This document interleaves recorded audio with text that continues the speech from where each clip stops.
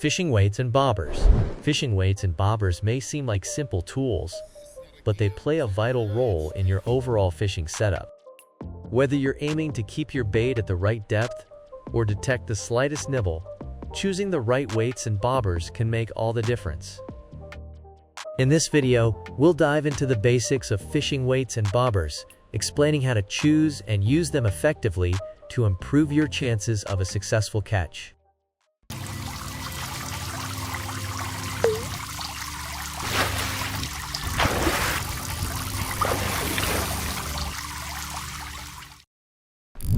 Fishing weights and sinkers. When learning how to fish, you'll quickly realize that weights and sinkers are essential pieces of fishing gear. What distinguishes fishing weights and bobbers is that weights are designed to drop your lure to where the fish are, while bobbers are intended to hold your hook at a desired depth. Weights and sinkers are usually made of lead and can be as small as a BB or as heavy as a few ounces. The tiny BB-shaped ones are called split shots. They have a groove in the middle that you can slide your line into and then pinch the weight shut. The soft lead will deform in your fingers, or you can use your fishing pliers to crimp it down. Oftentimes, just a single split shot will provide all the weight you need to get bait to the bottom.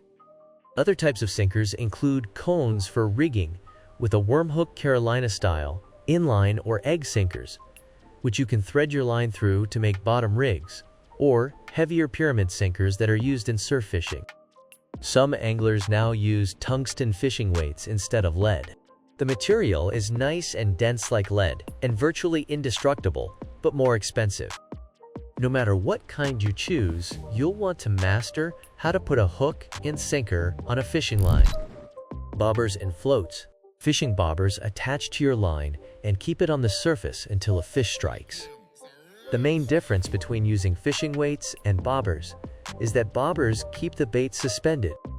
You can set the depth of your baited hook by attaching the bobber a set distance apart. Various types of bobbers are available. Floats are more streamlined fishing bobbers and tend to be more sensitive.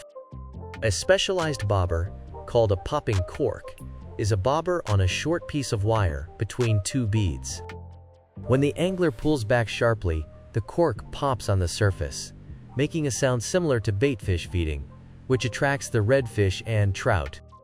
Slip bobbers slide up and down your line. Since this type of bobber is versatile and good for a lot of situations, you'll want to learn how to attach a slip bobber properly. Snaps and swivels. Snaps and swivels can be used when fishing with bobbers and sinkers. Swivels are used to join two parts of your line so that the far end can spin freely, keeping it from twisting and causing problems on the spool. Snaps are swivels with a closure on one end that locks securely. If you tie a snap to the end of your main line, you can quickly attach hooks that have been snelled to a leader with a loop at the end.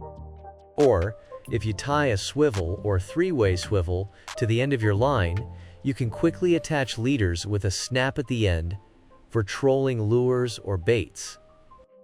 Some lures dance and spin so much that they call for swivels to move freely. Terminal tackle. Terminal tackle is a catch-all term for everything you might tie to your fishing line that isn't a hook or lure, including fishing weights and bobbers, snaps, and swivels. Since the right combination of items like bobbers and sinkers can be the key to a successful day on the water, be sure to stock up. Thanks for tuning in. I hope this guide to fishing weights and bobbers has given you the insight you need to make the most of these essential tools. Remember, the right combination can significantly improve your fishing results. If you enjoyed this video, be sure to give it a thumbs up, subscribe for more fishing tips and gear reviews, and hit that notification bell so you never miss an update. Tight lines, and I'll see you out on the water.